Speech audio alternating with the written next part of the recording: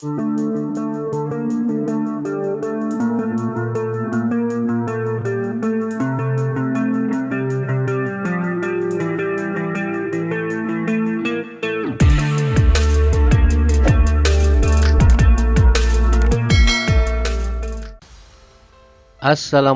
warahmatullahi wabarakatuh.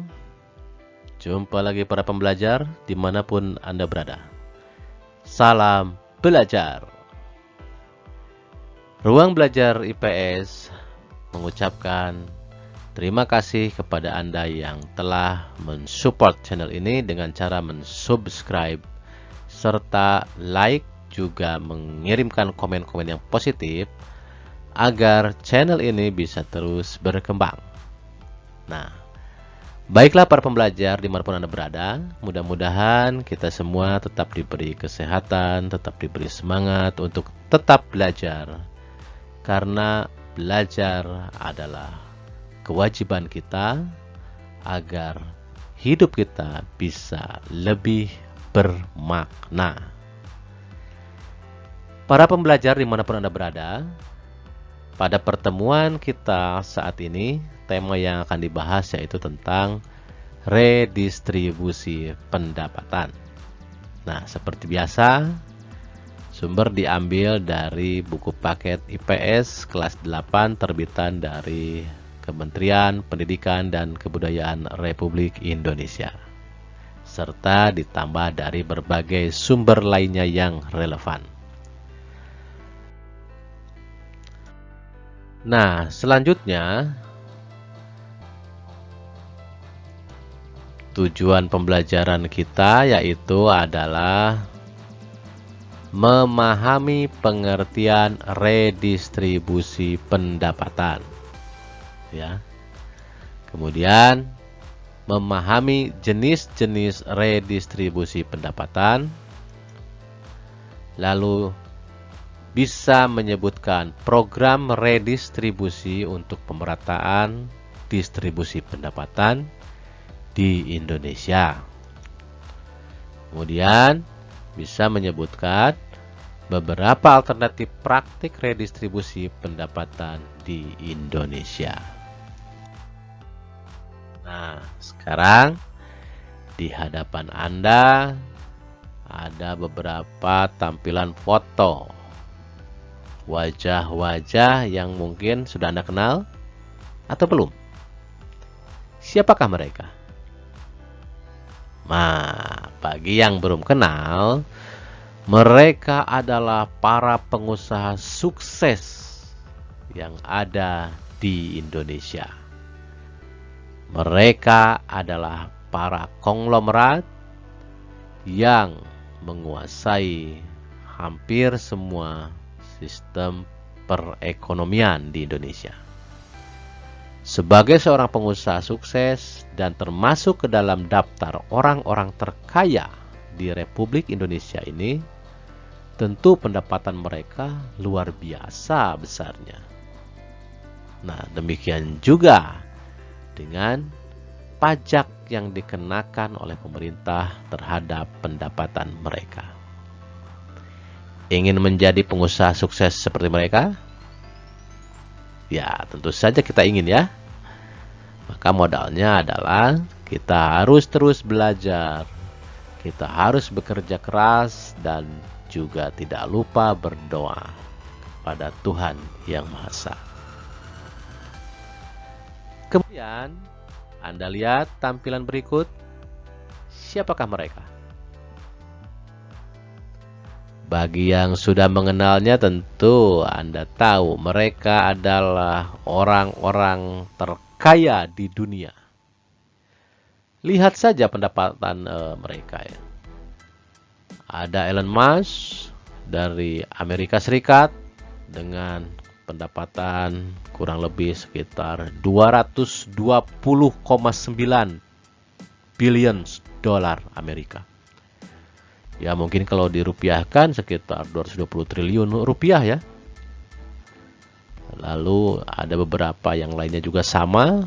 Hampir semua pendapatan mereka itu kalau dirupiahkan sekitar lebih dari 100 triliun rupiah. Luar biasa bukan? Anda pun bisa menjadi seperti mereka. Ya, pelajari saja biografi mereka. Ya, Anda bisa, Anda niatkan. Ya, pendapatan mereka itu fantastis, luar biasa. Nah, Anda kenal artis ini? Ya, siapapun di Indonesia yang sedang atau senang dengan menonton infotainment pasti kenal dengan mereka. Bang Raffi Ahmad dan istrinya yaitu Nagita Slavina, ya. Juga ada Om Baim Wong, ya. Nah, mereka adalah artis-artis terkaya di Indonesia. Artinya apa? Pendapatan mereka sungguh fantastis. Mau seperti mereka? Anda bisa. Ya, dengan terus belajar, berusaha, bekerja keras, dan berdoa. Ya. Maka insya Allah, kalau Tuhan sudah mentakdirkan, Allah sudah mentakdirkan Anda menjadi orang sukses seperti mereka, Anda bisa. Ya. Lalu ini siapa? Ayo. Oh, Anda sudah mengenalnya bukan? Atta Halilintar. Salah seorang YouTuber terkaya di Indonesia dan juga di dunia. Ya, kerja kerasnya membuahkan hasil menjadikan Atta termasuk ke dalam golongan selebritis atau selebritas ternama dan terkaya di Indonesia. Nah, tentu saja pendapatan para artis atau public figure dengan berbagai karya-karya mereka itu mendatangkan pundi-pundi uang yang luar biasa besar, sehingga pendapatan mereka itu sungguh luar biasa, ya. Mau seperti mereka, ya silakan saja Anda mencoba seperti mereka. Karena para pengusaha yang sukses dengan pendapatan yang besar, mereka bisa membeli mobil mewah, ya, kemudian rumah mewah, ya, dan itu bisa mereka beli dengan kekayaan mereka yang luar biasa. Ya, mobil-mobil mewah ini ada, mobil apa ini?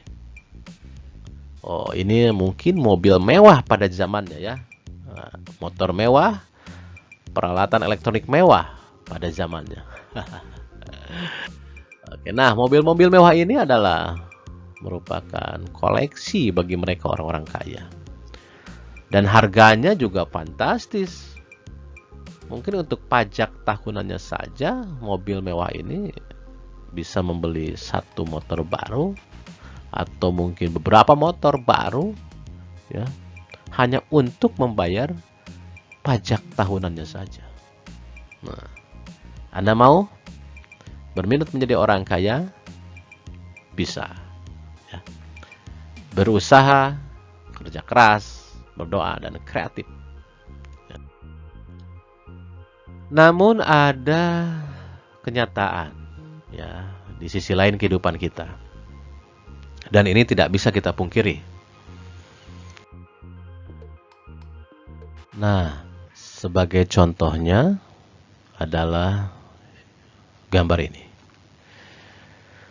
Mungkin ada beberapa saudara kita yang kurang beruntung sehingga mereka belum mendapatkan pendapatan yang besar atau yang layak, ya.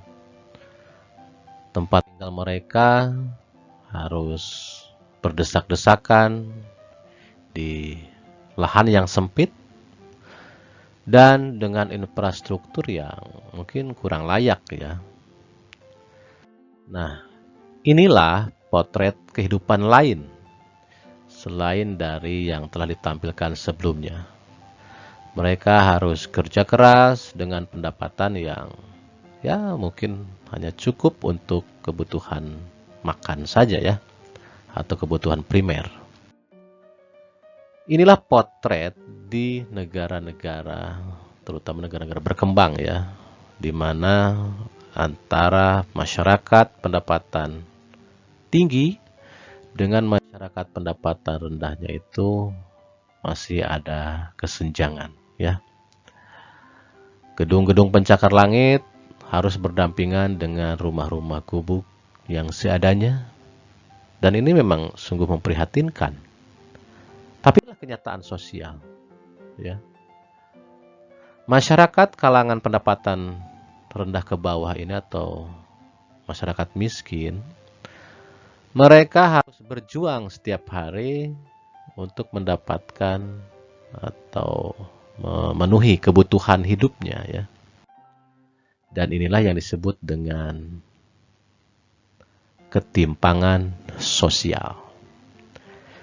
Jadi ketimpangan sosial adalah ketimpangan, salah satunya ya, ketimpangan pendapatan di masyarakat, ya. Jadi ada masyarakat yang memiliki pendapatan tinggi, namun ada juga masyarakat yang memiliki pendapatan rendah. Nah, pendapatan tinggi dan pendapatan rendah ini nilai ketimpangannya cukup tinggi sekali, cukup jauh, ya. Maka tak heran apabila ketimpangan sosial ini tidak diberikan solusi. Ada istilah atau peribahasa mungkin ya, yang kaya makin berharta, miskin makin melarat. Nah, ini apabila ketimpangan sosial ini tidak kita kurangi, ya, maka ini akan terjadi, ya, ketimpangan sosial ini, ya. Yang kaya semakin kaya, yang miskin semakin miskin. Nah, tentu saja pemerintah tidak mau ini terjadi, ya. Kenapa? Karena ketimpangan sosial memiliki dampak, ya, baik baik maupun dampak buruk. Nah, dampak baiknya apa? Dampak baiknya ya otomatis apabila masyarakat pendapatan kaya dengan atau pendapatan tinggi itu, maka mereka memiliki potensi untuk mendistribusikan sebagian pendapatan mereka itu didistribusikan kepada masyarakat yang berpendapatan atau berpenghasilan rendah, ya. Nah, ini dampak baiknya. Jadi punya potensi nih orang-orang kaya tersebut, ya. Dan buruknya adalah, dampak buruknya bisa kita lihat, ini akan terjadi hal-hal seperti ini, seperti perbudakan, kemudian angka kriminalitas yang semakin tinggi, lalu infrastruktur yang ya mungkin sangat buruk sekali karena tidak ada biaya untuk membangun infrastruktur, ya. Nah, dampak buruk inilah yang diminimalisir oleh pemerintah, ya, dengan berbagai program yang disebut dengan redistribusi pendapatan. Nah, jadi apa itu redistribusi pendapatan?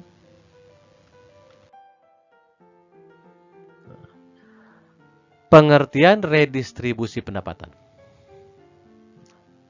Redistribusi pendapatan adalah pendistribusian kembali pendapatan masyarakat kelompok kaya kepada masyarakat kelompok miskin, baik berasal dari pajak ataupun pungutan-pungutan lain, ya. Nah, ini namanya pendistribusian kembali, redistribusi pendapatan, ya.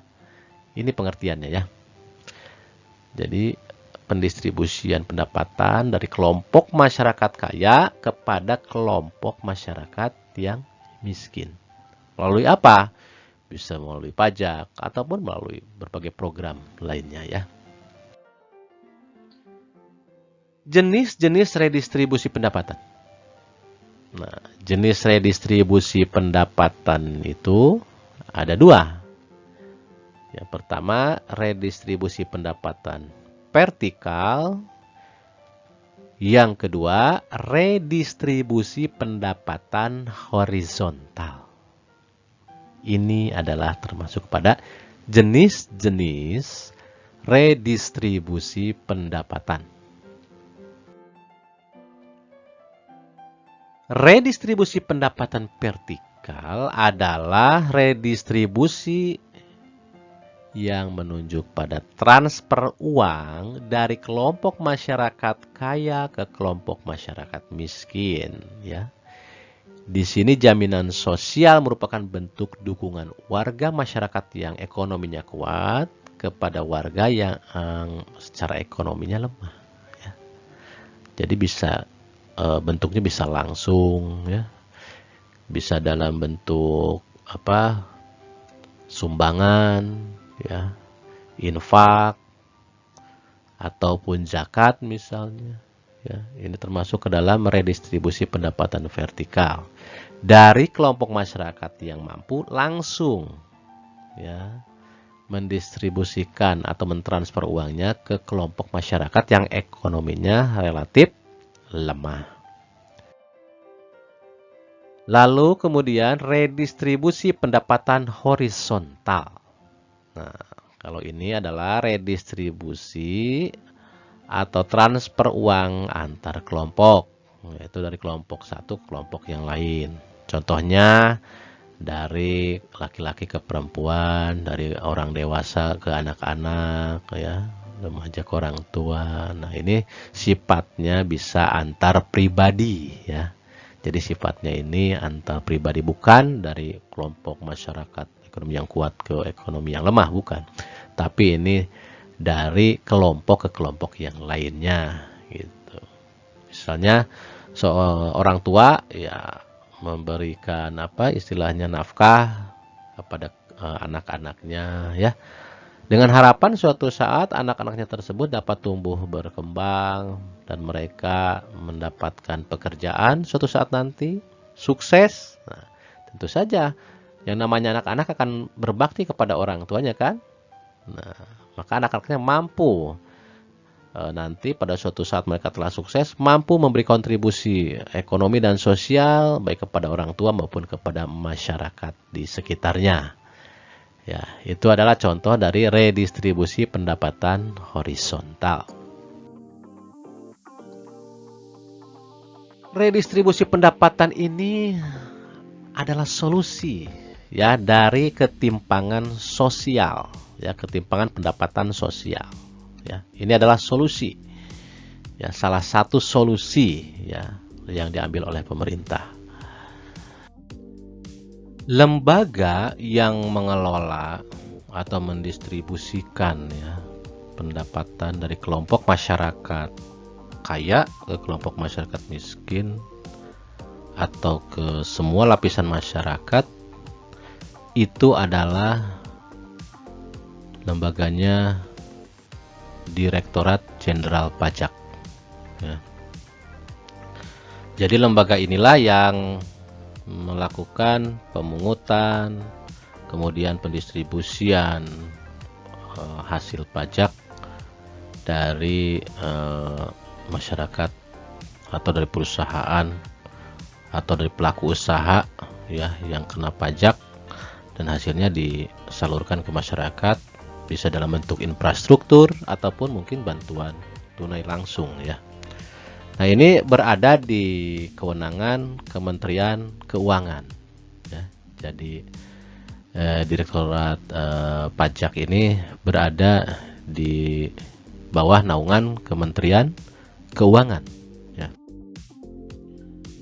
Nah, jadi masyarakat atau pelaku usaha atau siapapun, ya, yang mendapatkan penghasilan itu akan dikenai pajak, ya. Seperti kendaraan misalnya dikenai pajak, ya. Kemudian kalau restoran-restoran yang besar terdaftar di database Kementerian Perdagangan misalnya, itu akan kena pajak, ya. Nah, nanti uang dari pajak tersebut, ya, dikumpulkan oleh pemerintah dan akan didistribusikan kembali ke masyarakat. Seperti tadi sudah dijelaskan, bisa dalam bentuk infrastruktur seperti jalan raya, rumah sakit umum, sekolah-sekolah negeri, gitu, ya. Nah, itu merupakan bentuk redistribusi pendapatan melalui pajak, Jadi apa yang kita gunakan atau fasilitas umum yang kita gunakan saat ini adalah merupakan hasil dari redistribusi pendapatan. Oleh karena itu, kalau ada yang mengkorupsi atau merusak fasilitas umum, fasilitas publik yang uangnya dari negara, itu sebenarnya uangnya itu dari masyarakat juga. Nah, jadi kita harus menjaga ya. Harus menjaga. Lalu pemerintah juga melakukan program redistribusi pendapatan, misalnya dalam bentuk PKH, Program Keluarga Harapan. Nah, program Keluarga Harapan ini bisa dalam bentuk untuk apa istilahnya masyarakat yang ekonominya lemah, mereka mampu untuk memenuhi kebutuhan primernya ya, untuk kebutuhan makan ya. Jadi ada jaminan sosial lah dari pemerintah ya, dengan menerbitkan beberapa program ya, seperti Kartu Indonesia Sehat sekarang misalnya untuk pemerintah yang sekarang, Kartu Indonesia Pintar untuk pendidikan dan lain-lain ya. Kemudian ada juga untuk kesehatan.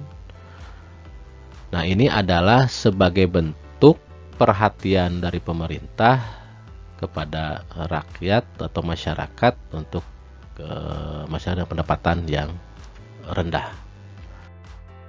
Lalu juga untuk para pelaku ekonomi ya, yang termasuk ke dalam pelaku ekonomi usaha kecil dan menengah, pemerintah melalui Badan Keuangan atau perbankan melakukan atau membuat program yang namanya KUR atau Kredit Usaha Rakyat ya. Dan biasanya bank-bank BUMN, itu bank-bank milik pemerintah, itu mereka menjadi penyalur dari program ini. Agar apa? Agar para pelaku usaha kecil dan menengah ini bisa mendapatkan permodalan ya, sehingga mereka bisa mengembangkan usahanya ya. Diharapkan nanti setelah usaha mereka berkembang, mendapat penghasilan, maka pemerintah pun bisa mengenakan pajak kepada perusahaan tersebut. Lalu pajaknya ya dikembalikan lagi, digulirkan lagi ya hasilnya itu untuk ke masyarakat ya. Nah, di bidang pendidikan juga ada dana BOS ya. Dana BOS itu merupakan hasil dari redistribusi pendapatan. Jadi sekolah-sekolah negeri itu ya yang dibangun oleh pemerintah untuk memperbaiki, merenovasi ya. Itu adalah hasil dari pajak ya, hasil dari pajak. Sehingga nanti diharapkan melalui adanya program dana BOS, masyarakat bisa mengikuti program pendidikan ya, program pendidikan di setiap daerah masing-masing ya, dan ini tentu saja sangat berguna. Nah, jadi kalau Anda belajar di sekolah negeri lalu kemudian fasilitas-fasilitasnya lengkap, itu adalah milik masyarakat, milik Anda, dan harus kita jaga bersama ya fasilitas itu ya. Dana BOS ini memang sangat dibutuhkan oleh dunia pendidikan ya, karena masih banyak masyarakat yang belum tersentuh pendidikan atau sekolah, terutama di pelosok-pelosok ya. Nah, inilah wujud dari redistribusi pendapatan. Kemudian selain itu, pemerintah juga melakukan atau mengeluarkan regulasi untuk perusahaan-perusahaan agar menyisihkan sebagian dari keuntungan mereka untuk membantu masyarakat atau memberdayakan masyarakat yang berada di lingkungan perusahaan tersebut melalui program CSR ya, atau Corporate Social Responsibility. Ini sebagai bentuk pertanggungjawaban perusahaan terhadap lingkungan masyarakat yang ada di sekitar perusahaan tersebut ya. Ya, bentuknya bisa bantuan langsung, kemudian atau juga untuk memperdayakan masyarakat, pelatihan-pelatihan, atau juga bisa untuk pelestarian alam ya. Ini merupakan sebuah wujud tanggung jawab perusahaan terhadap lingkungan sekitarnya, ya. Nah, program selanjutnya yaitu subsidi. Nah, pemerintah menyadari bahwa tidak semua masyarakat ini mampu untuk memenuhi kebutuhan dasar mereka, ya, karena pendapatannya yang rendah. Maka pemerintah mengadakan program subsidi seperti subsidi untuk gas, ya. Nah, harga yang 3 kilo, gas 3 kilo itu kenapa relatif lebih murah? Karena sebagian itu disubsidi oleh pemerintah, gitu ya, itu disubsidi. Kemudian misalnya dulu bensin juga, ya, atau BBM, ada juga BBM bersubsidi, ya. Yang disebut dengan dulu itu adalah premium itu, ya. BBM jenis premium itu adalah BBM bersubsidi. Sekarang sedikit-sedikit sudah dihilangkan untuk BBM bersubsidi itu. Lalu ada perumahan juga, kan, ada perumahan bersubsidi. Artinya sebagian biaya, ya, biaya untuk mendapatkan rumah tersebut disubsidi oleh pemerintah, diberi bantuan oleh pemerintah, itu, ya. Jadi ada namanya perumahan bersubsidi katanya. Nah, ini adalah bentuk bantuan dari pemerintah kepada masyarakat agar mereka mampu memenuhi kebutuhan primernya, kebutuhan dasarnya, gitu ya. Nah, jadi jelas sekali bahwa redistribusi pendapatan itu adalah suatu hal yang harus dilakukan agar ketimpangan sosial itu sedikit demi sedikit dikurangi. Gapnya itu, kesenjangannya itu dikurangi, kesenjangan pendapatannya itu dikurangi. Nah, itulah fungsi dari adanya redistribusi pendapatan. Nah, baiklah para pembelajar semuanya, sudah sampailah kita di penghujung pertemuan, ya. Jadi Anda telah mendapatkan pemaparan penjelasan secara singkat dan ringkas tentang redistribusi pendapatan. Nah, agar lebih memahami juga mengevaluasi hasil pertemuan kita ini, maka silakan Anda kerjakan kuis yang ada di tayangan berikut. Baiklah para pembelajar, demikian saja penjelasan tentang redistribusi pendapatan. Mudah-mudahan berguna dan Anda bisa lebih memahami, dan kita akan bertemu lagi di pertemuan selanjutnya dengan tema pembelajaran yang berbeda. Tetap semangat, jaga kesehatan, tetap jaga prokes, ya, di situasi pandemi ini. Salam belajar. Wassalamualaikum warahmatullahi wabarakatuh.